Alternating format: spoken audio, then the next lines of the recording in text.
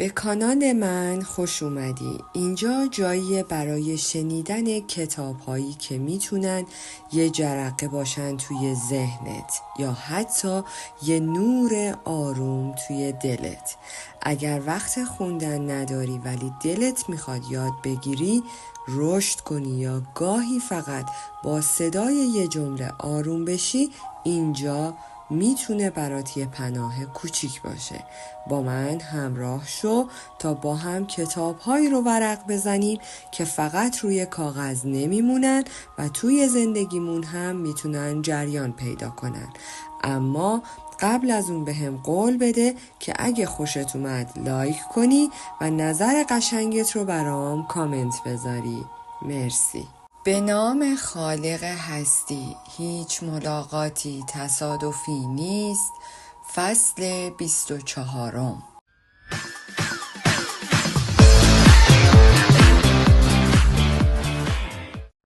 انسان به خاطر هر کس تغییر کند نهایتاً از او دورتر می شود.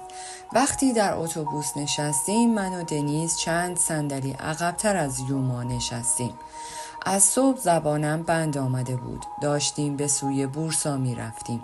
به ابتدای همه چیز حق تماسم را امروز برای زنگ زدن به مادرم استفاده کردم و خبر دادم که عصر پیششان خواهیم بود و شب را آنجا خواهیم ماند. چشمانم را بستم و به صندلی تکیه دادم. ممکن نبود بخوابم، اما باید برای ودا حاضر می شدم. این سفر باید از لحاظ بعد روحانی آن هم برایم تمام می شد. می دانستم که دنیز هم قلب ناآرامی دارد. حس می کردم که دلش می خواست بیدارم کند، چون ممکن بود دیگر فرصتی برای صحبت کردن گیر نیاید. همینطور در سکوت لحظات سپری می شد تا اینکه دنیز به بازویم زد و مرا بیدار کرد و گفت می خواهم با تو در مورد موضوعی صحبت کنم. امروز روز خداحافظی من است. قبل از خداحافظی باید صحبت کنیم. فرصتی را که به آن احتیاج داشتیم شاید هرگز به دست نیاوریم. گفتم حتما صحبت کنیم. دیروز داشتم با تو صحبت می کردم که نصف و نیمه ماند. نمیدانم مگر چه گفتیم؟ گفتی به جای تکرار یک خطای جدیدی بکن. اما من این باور را دارم که هر کس یک تجربه تازه است. خب هرچه باشد، آدم نمیتواند یک خطا را دوباره انجام دهد. آهان، الان یادم اومد. این که در یک بار نامزدی رویاهایم برباد رود و باعث شود همه را به یک چشم ببینم بی‌انصافی نسبت به انسان مقابلم نیست. معلوم بود که دنیز نمیخواست این بحث را تمام کند. گفتم مهم این است که آدم هدف زندگیش را پیدا کند. در غیر این صورت نه به خاطر فرد مقابل که از جانب خودش دچار خطا می شود، انسان اول باید خودش را بشناسد. باید به درون خودش سفر کند. وقتی اینها را حل نکرده است، سراغ هر کسی برود، پشت سر هم رویاهایش را برباد می دهد.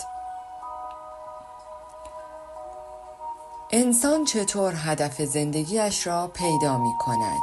بعضی ها با پیش رفتن در زندگی، چون هر راه و هر تجربه سفر به درون خودمان است، دقیقاً مثل سفر شمس و مولانا، آنها در هر راه و هر تجربه‌ای به سوی تکامل خودشان قدم گذاشتند. بعضی افراد هم دم می‌کشند و جا می‌افتند. با مطالعه گوش سپردن، سبک سنگین کردن خودش را در معرض آزمون قرار می‌دهد که ببیند واقعاً آموخته است یا نه. بعد باز جا می افتد و دم می کشد. هر قدر هم به نظر برسد ایستاده، در حقیقت این هم سفری دیگر است.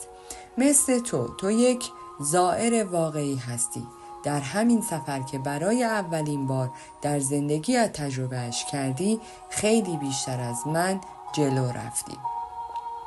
من این همه سال در حال سفرم، تا به حال دوره‌ای از رشد را به سرعت تو نگذراندم، چون من از آن دستم که باید جا بیفتم و دم بکشم. به نظر من دو انسان که دو دنیای متفاوت از هم هستند، دو روح متفاوت را تمثیل می کنند. علی رغم مهر و احترام بی‌نهایت به هم می توانند سرنوشت مشابهی نداشته باشند، چون انسان‌های دو دنیای متفاوت هستند. هدف زندگی و راهی که در زندگی طی می‌کنند تفاوت دارد. این آنها را خوب و بد نمی کند. دنیز گفت اگر یکی از این دو حاضر شود مسیر زندگی خود را عوض کند چه؟ گفتم متوجه نشدم، یعنی چطور؟ اگر کسی بخواهد مسیر خودش را مشابه طرف مقابلش کند چه؟ خب این برای هر دو نفر میتواند فروپاشی بزرگی باشد. صرف نظر کردن از هدف زندگی خودت و این که بخواهی به خاطر فرد دیگری عوض شوی باعث می شود فقدانهایی در فرد ایجاد شود. انسان به خاطر هر کسی تغییر کند نهایتاً از او دورتر می شود. می دانستم که تغییر و تکامل مسئله‌ای کاملاً شخصی است، اما چطور می توانستم اینها را به دنیز توضیح دهم؟ گفتم مثلا اگر کسی بخواهد که به خاطر من از راه خود صرف نظر کند و به جای راه رفتن در مسیر خودش تلاش کند، مثل من دم بکشد و جا بیفتد، حتی از خود من هم دور می شود. دنیز این چیزی نیست که خود من هم بخواهم.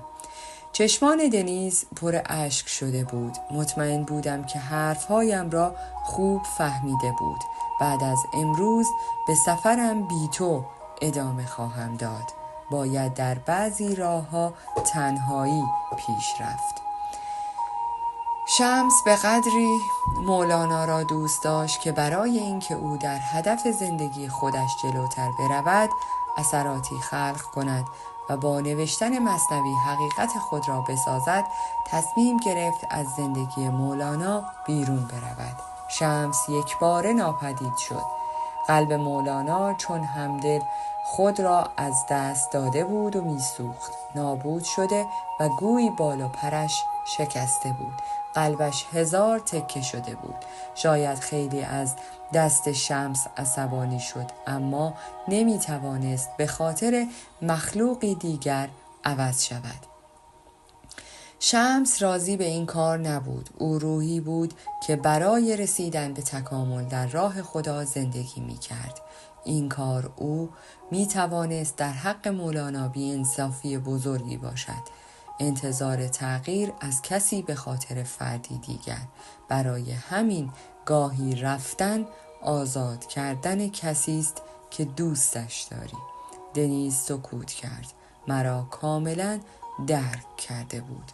با صدایی آرام گفتم مولانا همه جا را دنبال شمس گشته بود. از هر کسی به او را که بشناسد چه نشناسد پرسیده بود، اما هیچ خبری از شمس نبود. او نمی آمد. مولانا می سوخت، اما نمی دانست که هرچه بیشتر بسوزد بیشتر به بلوغ می رسد. بعد شروع به نوشتن شعر کرد.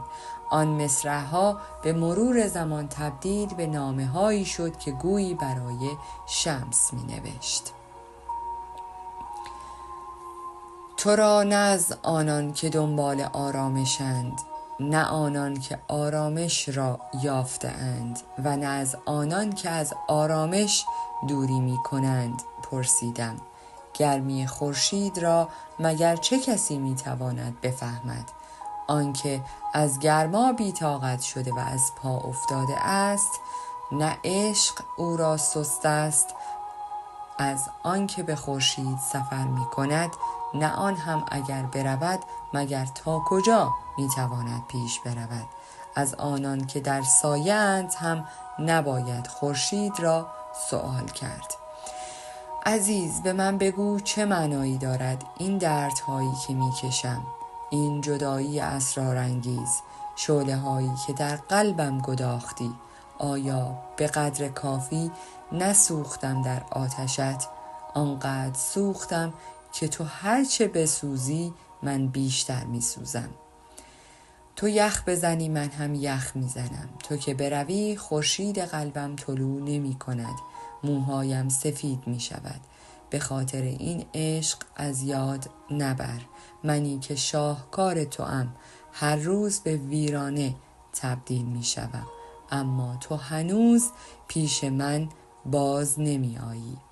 ای مراد من، خدای عالم هیچ کسی را محتاج تقدیر دیگری چون علاقه‌ای نکند. می ترسید که به نبودن شمس عادت کند، چون عادت کردن به نبودن او را خیانتی برای این رفاقت بی‌نظیر می دانست. مولانا می گفت بی تو بودن در نظرم به خیانت می ماند. برای اینکه نبود دوستش را نپذیرد به نوشتن نامه ادامه می داد. افکارم بدون تو مثل مهرهای یک تسبیح پاره میماند. میخواهم از اشکهایم برایت مروارید بسازم. کاش در کنار من بودی.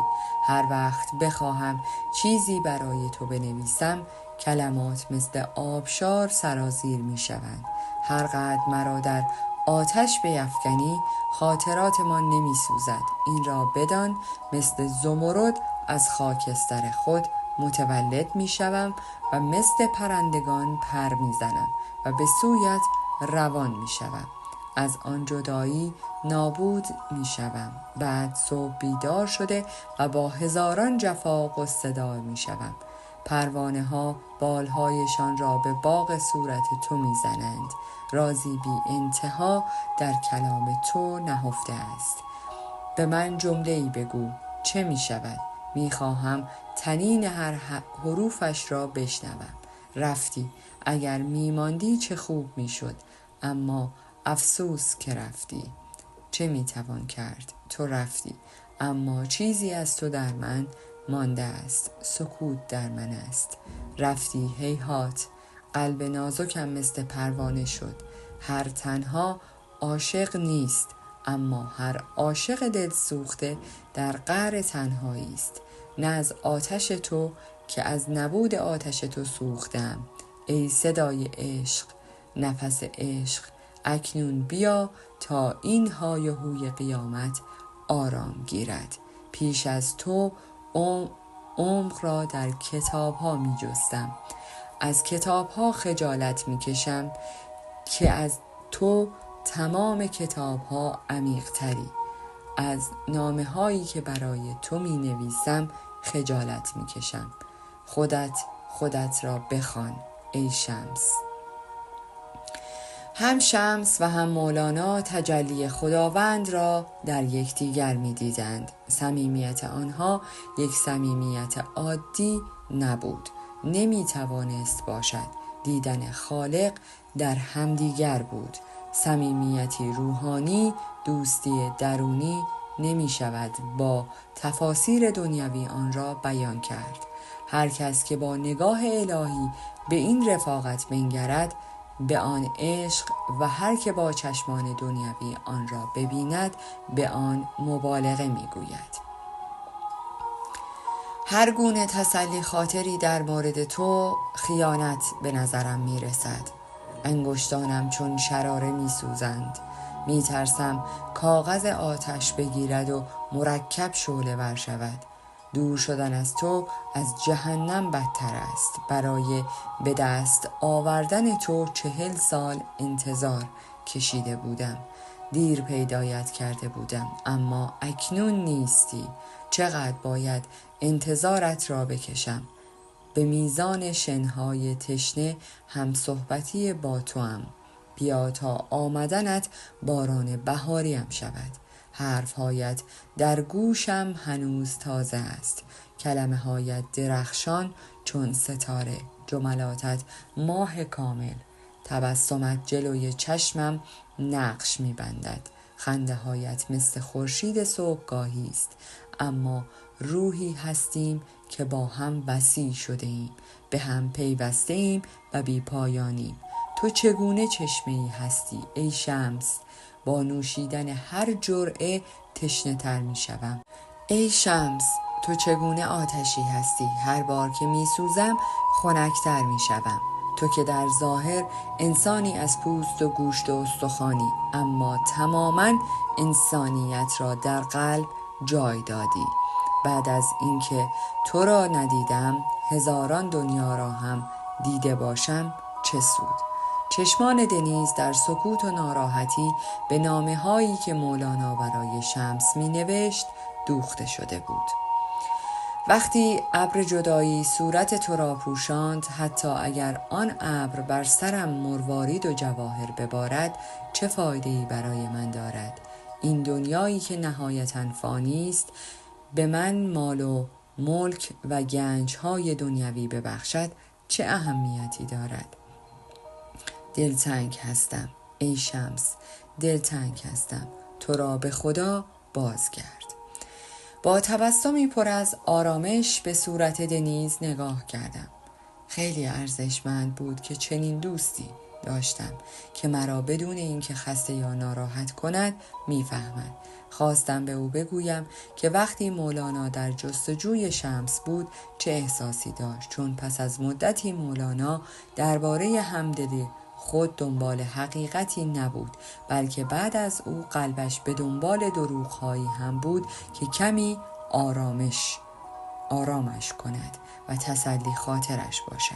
مولانا وقتی دنبال شمس بود در قونیه به کسی که مشهور به دروغگویی بود برمیخورد. آن مرد به مولانا میگوید شمس را در بغداد دیدم.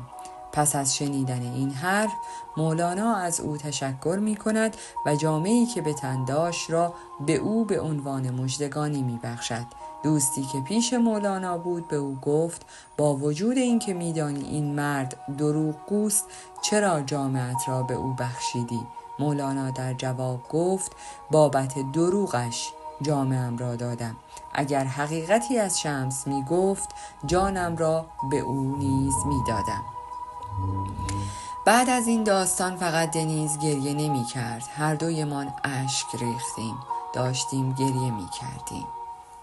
در پایان از شما دوستان عزیزم می خواهم برای حمایت بیشتر ما کانال ما را به دوستان خود معرفی کنید. برای انرژی بیشتر ما رو لایک کنید و برای ادامه پرقدرت‌تر سابسکرایب. تا درودی دیگر، درود و 200 بدرود.